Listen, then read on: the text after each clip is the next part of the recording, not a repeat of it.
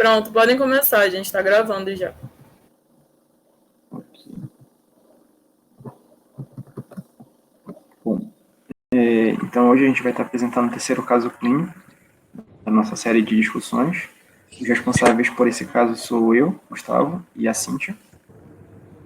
Bom, primeiramente, partindo para a identificação, né, da nossa paciente, trata-se de uma paciente de sexo feminino, de 29 anos, casada, lá, residente de um município de Minas Gerais.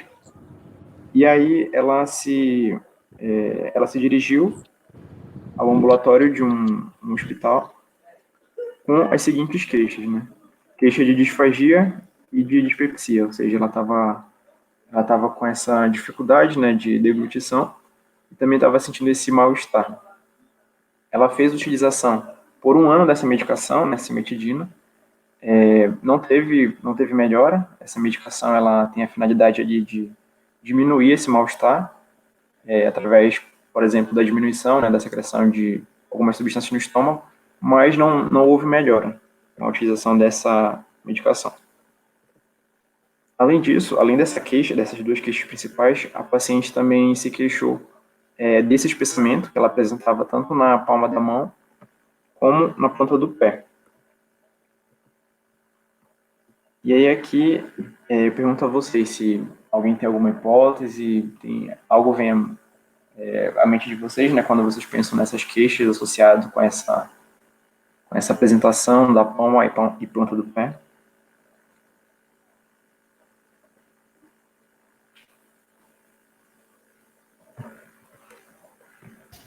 Essa apresentação, né, desse espessamento, né, da pele, da ponta do pé, pelo que eu me lembro, acho que o nome é tilose, acho que o Gustavo pode me corrigir se estiver errado.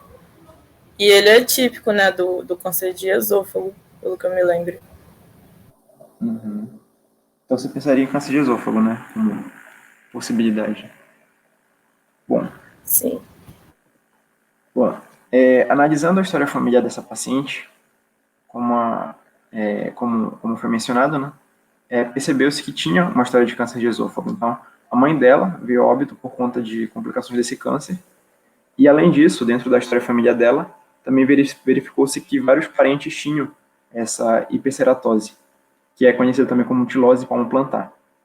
Então, mãe, filha, irmã, 2 sobrinhos, e a filha dela que estava acompanhando ela nessa consulta que ela fez, né, nessa primeira avaliação, ela estava presente também, e aí verificou-se, pôde-se verificar, né, como vocês estão vendo aqui no slide, a presença desse espessamento também na filha dela.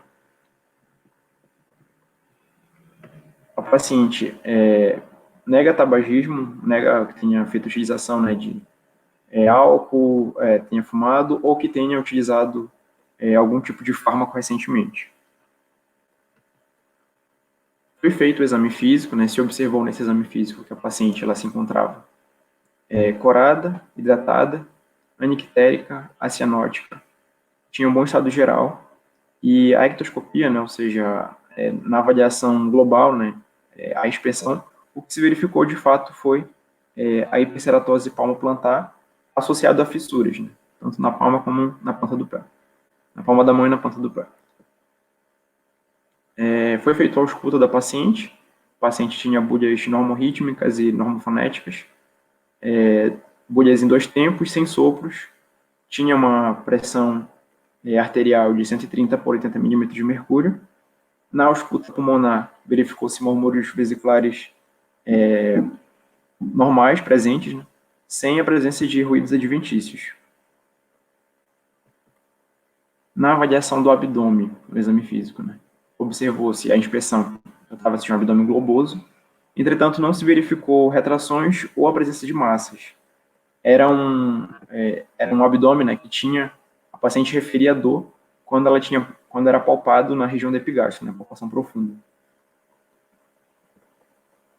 E aí aqui, após essa avaliação, a paciente foi encaminhada para a realização desse exame, né, exame de endoscopia digestiva alta. Aqui à direita vocês podem ver a imagem desse exame, né, que foi feito. E aí verificou-se a existência de uma lesão exofídica no esôfago, esse tipo de lesão, né, quando ela ocorre na parte externa, digamos assim, né, do órgão, como a gente está falando de um órgão em formato de tubo, né, então o que a gente consegue observar é que é como se houvesse uma proeminência nessa região do esôfago onde foi avaliado. Era uma lesão no esôfago, mais especificamente no terço médio, uma lesão medindo 10 centímetros. Essa lesão foi biopsiada, e aí se observou na análise patológica que era um carcinoma escamoso, que é justamente o tipo de carcinoma associado a essa tilose, que a Clara mencionou. E além disso, foi feito também outros exames, né? TC de tórax, abdômen, pelve, foi feita ultrassonografia também endoscópica, isso com a finalidade de estadiar o paciente. E esses outros exames puderam demonstrar que não havia acometimento à distância. Então, essa paciente, se ela apresentava algum tipo de disseminação, era microscópico. O tratamento que foi indicado e realizado foi a retirada total do esôfago, com a retirada total também dos linfonodos regionais. Eu pesquisei um pouco a respeito desse tratamento. É um procedimento cirúrgico bem invasivo e para manutenção, né, da funcionamento, né, do trato gastrointestinal, para que o paciente possa fazer ingestão de alimentos, o que é feito são duas opções, né? Pode ser feita a elevação. Nesse caso, como foi uma retirada total, né, não teria como elevar muita coisa, né, porque foi retirado totalmente o esôfago. Mas seria feita a elevação, né, da porção remanescente. Algumas vezes é retirado também uma pequena porção do estômago também nesse procedimento. E aí a parte remanescente ela é elevada e é feita a sutura com coto. Pode também se optar por uma reconstrução desse caminho utilizando, por exemplo, parte do intestino delgado, né? Então, ele pode ser utilizado também para fazer uma reconstrução desse tubo. Existem essas duas abordagens, mas o nosso caso clínico, o artigo do nosso caso clínico, ele não menciona nenhuma das duas, ele só cita que foi feita a retirada total do esôfago e dos linfonodos. Após esse tratamento e recuperação, né, a paciente ela retornou ao serviço, e já sem manifestação da doença, paciente bem, né, bom estado geral, e ela está fazendo acompanhamento em oncologia. Além disso, aqueles familiares com tilose que eu citei anteriormente, né, a filha, a irmã, sobrinhos, todos eles estão fazendo acompanhamento, tanto no setor de dermatologia, quanto de gastroenterologia. Bom, então, falando um pouquinho dessa doença, né, que acometeu a paciente, o caso ele é um caso relativamente curto, né, simples, objetivo, mas não é também uma doença muito comum. Entretanto, trata-se de uma condição que é mais comum do que vários cânceres, por exemplo. Tem uma incidência que varia de 0,3% a 0,55% aproximadamente. Existem algumas hipóteses da etiologia dela, associadas aos cromossomos 12 e 17, cromossomo X. Apesar de que a principal teoria é de que trata-se de um gene dominante, seja uma herança dominante, né? Apesar disso, o que se observa é uma penetrância familiar de quase 100%, ou seja, não tem aquela taxa de 50% ou de 75% que a gente observa em algumas heranças. Nesse caso, é uma taxa bem elevada. Normalmente, essa doença ela se desenvolve, nessas apresentações de espessamento, né? Se desenvolve ao longo da infância e ela é acentuada em áreas de pressão, áreas que esse paciente vai ter maior pressão ao longo do dia. E aí, o que a gente precisa saber da tilose como plantar é o seguinte: existem dois tipos, um tipo associado aos queratinócitos tipo 1, que provavelmente está relacionado ao cromossomo 17, e a tilose associado a normalidades nos queratinócitos do tipo 2, que estaria relacionado ao cromossomo 12, provavelmente. Eu digo provavelmente porque, pelo que eu li, ainda são teorias, né, em grande parte.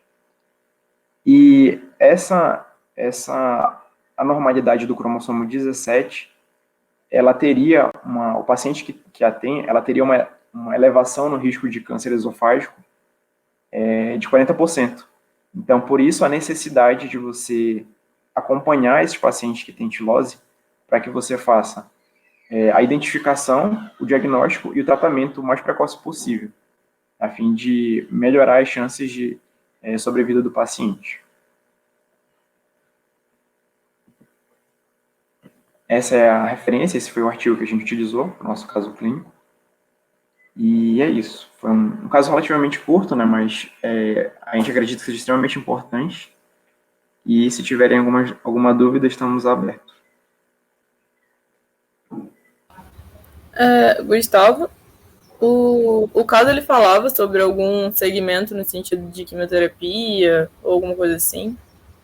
Não, o que ele citava era que tinha sido feito o estagiamento e aí que não se observou comprometimento linfonodal. E aí foi feito aquela terapêutica, né, que eu mencionei, a ressecção, mas ele não cita a utilização nem de quimio nem de radioterapia. Ah, entendi. Então foi feita só a ressecção, né? Não teve nenhum tratamento adjuvante. Exatamente. Pelo menos é o que é mencionado. Pelo menos isso não é mencionado, né, no artigo. Esse tratamento adjuvante.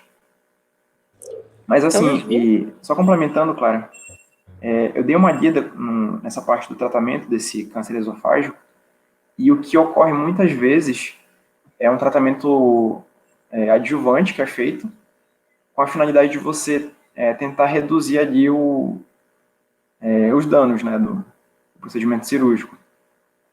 Então, muitas vezes é feita a quimioterapia antes de você fazer essa ressecção.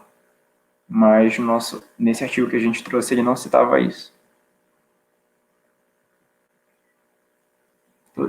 Zandra, tinha alguma coisa para falar? Dá para me ouvir? Sim. Ah, tá. Pensava que não estava funcionando.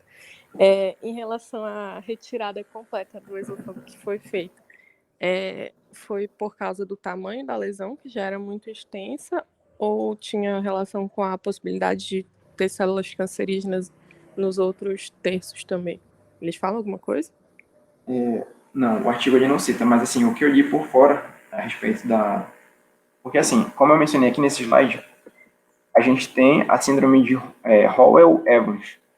Essa síndrome é quando a gente tem a associação da atilose com o câncer gástrico. E ela ocorre ali em 40%, né? Tem uma elevação de 40%, na verdade, desses pacientes. Então, assim, o que eu li a respeito dessa síndrome é que, nesses casos, quando é necessário fazer essa ressecção, porque não é a única causa de câncer esofágico, né? Mas esses pacientes, eles têm uma chance considerável de reincidência. Então, você tem a possibilidade de, quando você fizer a ressecção, né? Se você fizer uma ressecção pequena, você tem a possibilidade de não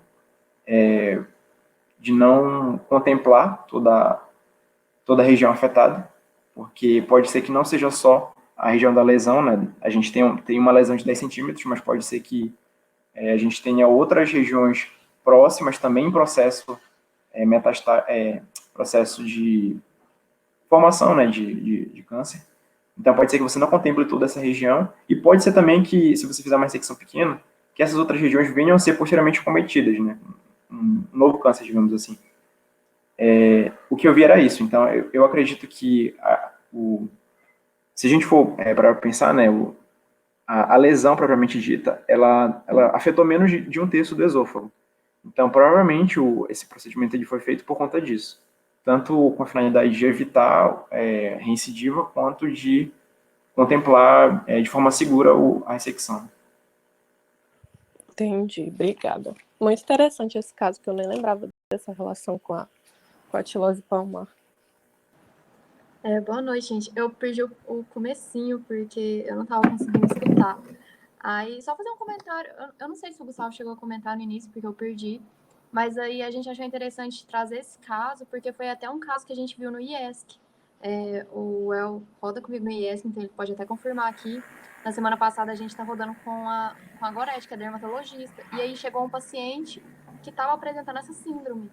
E aí foi algo que fez relembrar. E, assim, particularmente é uma coisa rara, mas é uma coisa que é importante a gente bater o olho e conseguir fazer essa associação.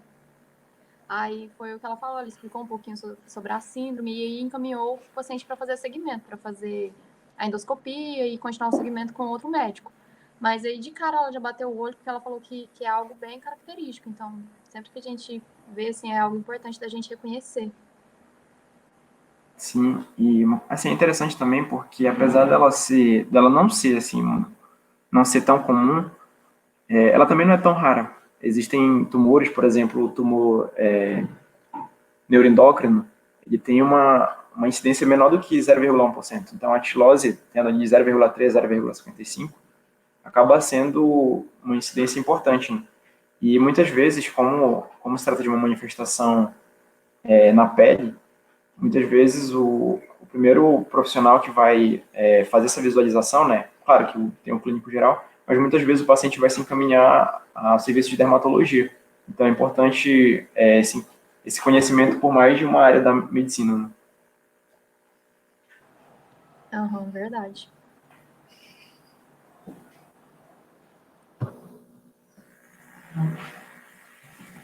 Bom, se ninguém tiver mais nenhuma dúvida, eu acho que é isso, a nossa discussão de hoje.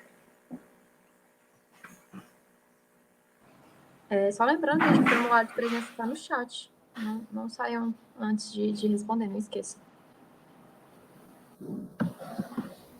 Tá certo. Obrigada. Muito obrigada. Ups, desculpa, Sandra. Pode falar.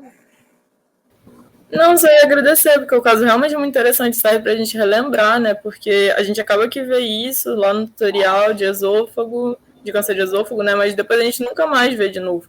A não ser que a gente acabe vendo na prática, né? No IES, como os meninos falaram, não é muito falado. E é como o Gustavo falou, não é tão raro assim. Então a gente tem que realmente saber bater o olho e ter uma noção do que está acontecendo ali, para onde caminhar esse paciente e tal. Então, muito obrigada, gente. Assim, gostei muito do caso, de verdade. Que bom. É isso então, gente. Obrigada a vocês dois e boa noite para todos. Obrigada, gente. Boa noite. Vai começar minha aula aqui. Tchau, Boa tchau. noite.